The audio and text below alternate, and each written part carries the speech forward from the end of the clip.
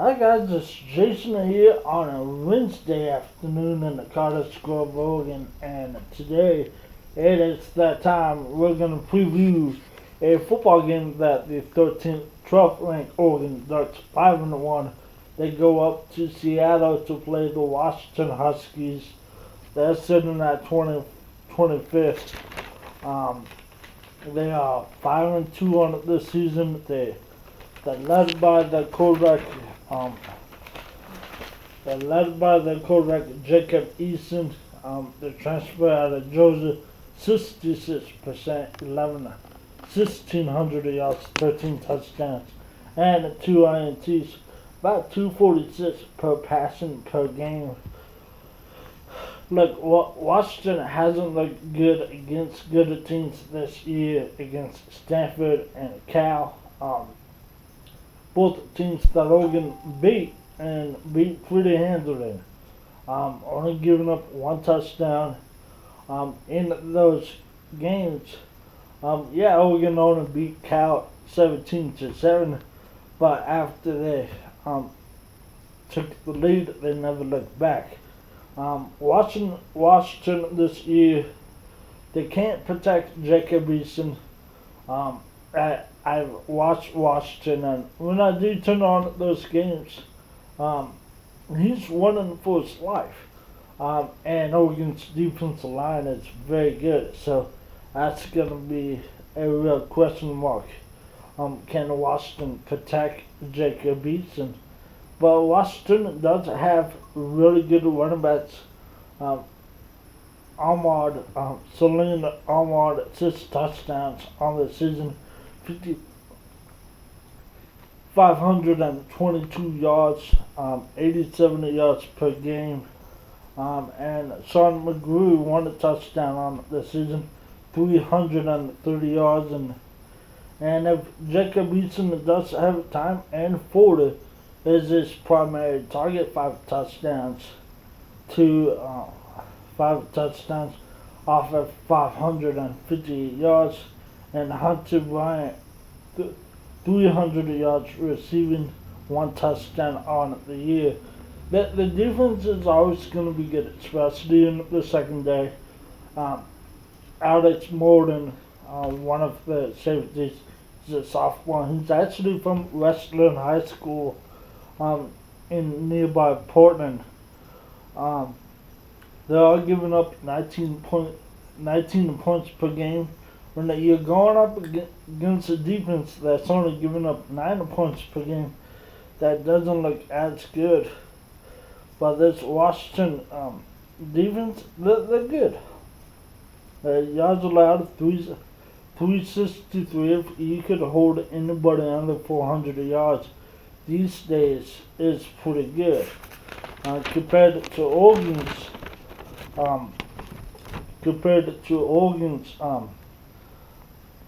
Oregon's defense, only giving up 8 points per game.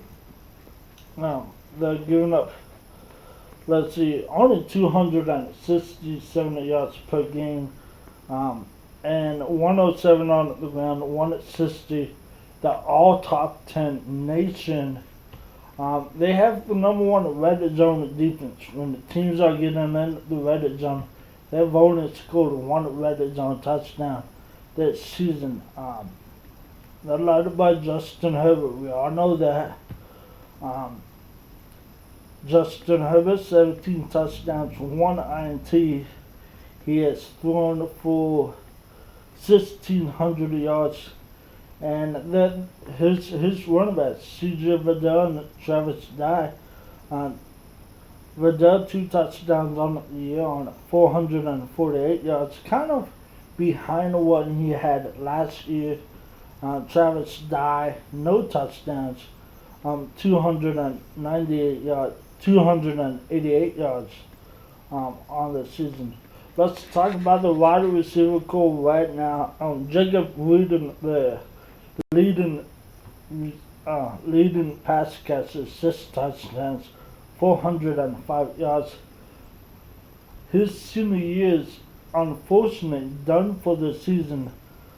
Jacob Wooden is done. Um, haven't heard. All I've heard was a left lower leg injury. Um, I think he tore its ACL, um, tore its Achilles, but whatnot. He's done it. So with Cameron Comic out and Jacob Wooden out, who do you got at tight end for Oregon? You got Spencer Webb that caught a touchdown against Auburn, and you have Patrick Herbert at tight end, true freshman. I think he got in during the Montana game or the Stanford game. And you got Johnny Johnson at the third, 2 touchdowns, just a hair, under 300 yards, 49 yards per game. He needs to be in a bigger role. You got Michael Pittman as well too. He's playing his third game of the season, and then John Johnson can he get into a big role as they kind of really filled in for Jacob Wooden's absence. Like I said, this defense has been amazing for the past 4 games, only giving up 1 touchdown. They stopped a really good Colorado offense last week. Colorado last week, 31 points they've been averaging. They only got held to 3 points last week. But going up to Washington, it's a different animal. It's a different experience. Justin Herbert has not played. Hey, Oregon has beaten Washington the last 13 out of 15 years. And you look at those 2 years that Washington did beat Oregon. One was Justin Herbert's first career start at home. That was the 70-21 game. And that was Rudy Tiger's first year, and had Burmeister starting at quarterback. So kind of catching Oregon at a low point. I think for Oregon right now is this is the type of team that you gotta beat. Washington doesn't look like the best in the years past. Hey, you beat Washington, you have a 3-game lead on Washington and the tiebreaker. Washington, in my opinion, has to win this ball game to stay alive in the Pac-12 North. They're still going to be down a game regardless if they win this game, because Oregon hasn't lost in the Pac-12 play. But Washington will have the tiebreaker. But I can't see Washington winning the Pac-12 North without winning this game. I could see Oregon winning the Pac-12 North without winning this game, because they will still be a game ahead of Washington with a lot of football to play. Oregon's 5-1 going into the toughest part of the schedule. They got Washington State, which is not playing particularly well, but that offense can put up a lot of points. USC, I don't care what USC's doing this year, they still have 4 or 5-star recruits. They still have players that can play. That's all before you get your second bye. You could really see Oregon at 5-4, but I don't think Oregon's going to be in 5-4. I think this is a very good team, and if you have a good defense, it travels. So Washington might get a touchdown or 2, but I think Oregon will get the victory. I think it's going to be a close ball game. You're going to see a 24-14 game that Oregon wins. But it could go both ways. I could tell Oregon's a 3-point favorite, I believe. This game is on ABC, 12:30. And another thing that I want to point out is thunderstorms are expected in Seattle for the game in Seattle. So there's going to be a question. that's going to be a thunderstorm delay, maybe one or two. Hopefully there's not. But how is Oregon going to respond? I know Washington's already played in a game that had a weather delay. That was the Cal game that finished at 4 o'clock in the morning or 3 o'clock in the morning. But this is a very good game. My Duck fan in me wants to say, oh yeah, Oregon wins this game by 20. They win it going away. But this the college football fan in me and watching these games say, hey, Washington's down. No one's picking Washington, but Washington can bully Oregon and it can really make it into an ugly game. I hope Oregon wins. I can't stand Washington. Of all the teams that I like, the teams I dislike: Washington, the Eagles, the baseball giants, and football giants. I can't stand Washington.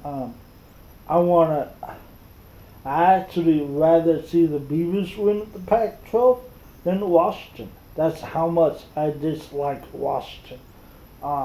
It's just you could have said it's nitpicking or whatnot. I just cannot stand the Huskies. So that's my preview. Comment below if it's on Facebook, YouTube, or you see this video on Twitter. Comment below. What do you think? Is Washington going to pull off the upset? Is Oregon's defense going to dominate once again? Is Oregon's offense going to have one of those days that they move the ball? This game can go in thousands different directions. I would feel like I'm 60-40 on my confident meter. Oregon, I won't be surprised if Oregon loses this ball game, but I won't be surprised if Oregon wins it. Once again, this has been my recap. Thank you to my lovely wife Naomi that wrote all the stats down for me off of CFBstats.com. It's a very good stat website for stats. So if you ever are looking for stats, CFBstats.com. So once again, my name's been Jason in a raining Oregon. My name's been Jason. This has been the Humpy Report, and have a great day.